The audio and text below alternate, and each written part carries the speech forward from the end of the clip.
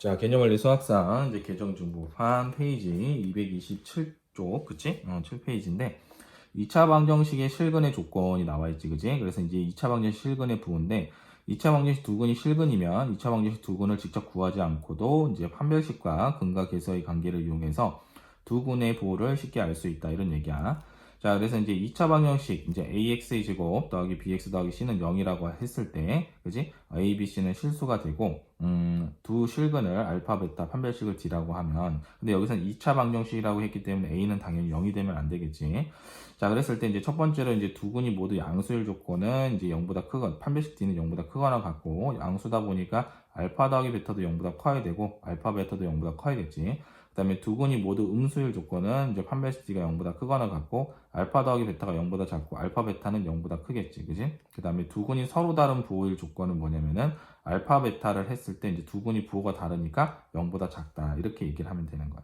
그랬을 때 이제 두 실근을 알파 베타라 할 때 알파 베타는 서로 같을 수도 있고 다를 수도 있다. 따라서 서로 다른이라는 조건이 없으면 두 실근이 같을 수도 있으므로 판별식 d는 중근을 가질 조건도 생각을 해야 되는 거야. 그래서 판별식 d가 0보다 크거나 같다, 이렇게 얘기를 하면 되는 거지.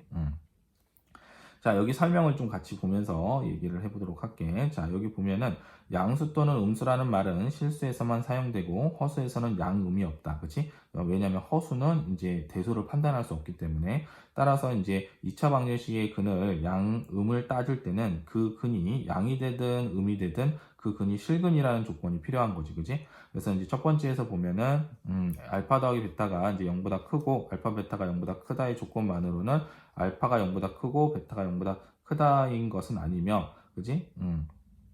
반드시 요 조건이 필요하다는 거야. 왜냐면 실근에서 들어가야 되니까 판별식 d는 0보다 크거나 같다 조건이 필요하다는 것이다, 이런 얘기야.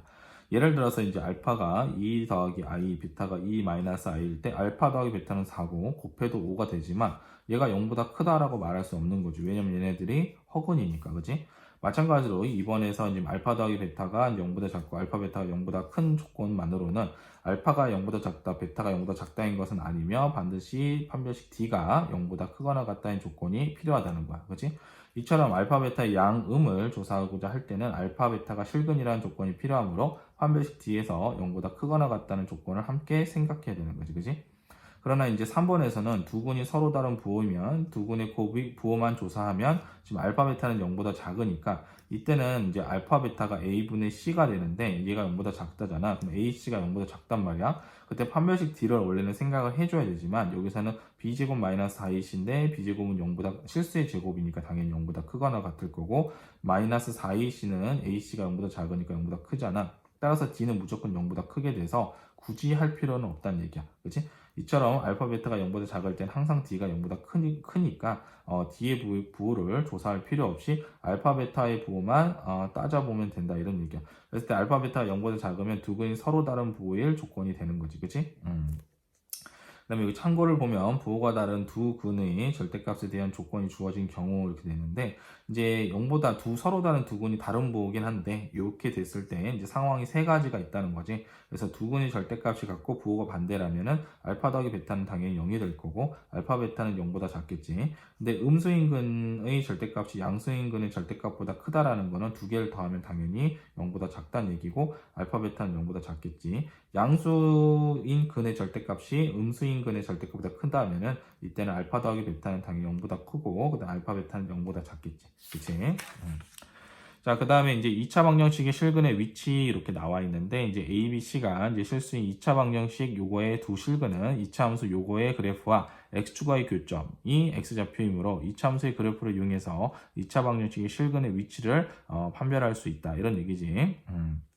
그래서 2차 방정식 ax의 제곱 더하기 bx 더하기 c는 0의 두 실근의 위치를 판단하기 위해서 2차 함수 fx는 이제 ax의 제곱 더하기 bx 더하기 c의 그래프를 그린 다음에 다음 세 가지 조건을 확인해야 된다는 거야. 그래서 판별식 d의 부호, 그 다음에 경계에서의 함수값 부호, 그 다음에 축의 위치, 이렇게 봐야 되는데, 따라서 이제 2차 함수 요거의 두 실근을 알파 베타와 이제 상수 pq 사이의 대소 관계를 조건을 2차 함수의 그래프를 이용해서 알아보면 다음과 같다, 이런 얘기지. 그러니까 p 이런 것들은 이제 그지 어떤 상수로 주어진 건데 두 분이 모두 p보다 이제 크다라고 얘기를 했을 때는 여기 보면 이제 요거를 이제 P라는 게 여기서 지금 요거보다 이제 크다는 얘기지. 그러면은 이때는 판별식 D가 0보다 크거나 같고, 이제 P를 집어넣었을 때 함수값은 당연히 0보다 크겠지. 그리고 이제 축의 위치가 이제 P보다는 커야 되고, 두 근이 모두 P보다 작다라고 얘기할 때는 판별식 D가 이제 0보다 크거나 같고, FP가 0보다 큰데, 이 축이 마이너스 2a분의 B가 이제 P보다는 작다 이렇게 얘기를 하는 거야. 그 다음에 이제 두 근 사이에 P가 있다 이럴 때는 이제 FP가 0보다 작다 이렇게 얘기를 하는 거고, 그 다음에 이제 두 근이 모두 PQ 사이에 있다 이런 얘기는 판별식 D가 0보다 크거나 같고, 이때는 FP랑 이제 FQ랑 했을 때 다 0보다 큰데 이 축 이제 가운데 있는 부분이 이제 P보다는 크고 Q보다는 작다 이렇게 얘기할 수 있지, 그치? 자, 방정식의 근의 위치를 판별하기 위해 이제 방정식의 실근과 어떤 실수와의 대소관계의 조건을 따지는 것을 우리가 근의 분리라고 하는데, 요건 지금 위에 했던 것들이 지금 근의 분리야. 근데 이게 굉장히 중요한 부분이지, 그지?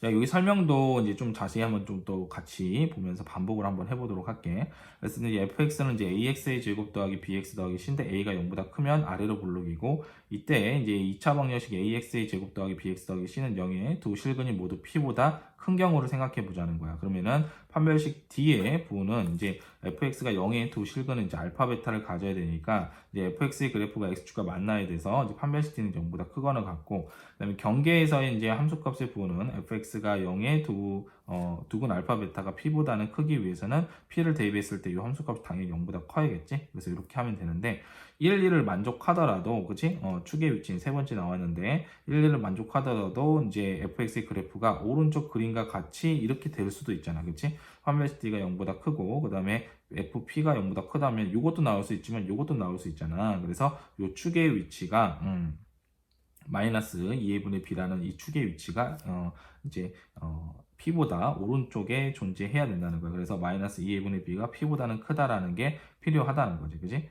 또 두 근 사이에 p가 있을 때는 fp가 0보다 작은 것만 조사하면 된다는 얘기인데, 이제 y는 fx의 그래프를 축을 기준으로 해서 p가 오른쪽이든 왼쪽이든 상관이 없잖아, 그렇지? 이 축이 약간 왼쪽으로 치우치든 오른쪽으로 치우치든 상관없으니까 그건 할 필요가 없고, 그 다음에 이제 이 그래프는 이제 a가 0보다 크니까 아래로 블록하고, fp가 0보다 작은 걸 만족하니까 p의 좌우에서 이제 x축과 만나게 돼서, 따라서 요거는 이제 두 근 사이에 p가 있으려면 fp가 0보다 작거나만 만족을 시키면 판별식 D도 할 필요가 없고, 그지? fp가 0보다 작다 요거만 하면 된다는 얘기지, 그치? 그래서 요 설명도 좀 같이 보면서, 아까 쌤이 요거 다 설명했던 거, 근데 요거는 이제 근의 분리가 요거 굉장히 이제 시험이 잘 나온단 말이야. 그래서 요 내용들은 꼭 다시 한번 보면서 확실하게 정리를 하고 이제 문제도 한번 많이 풀어보도록 합시다.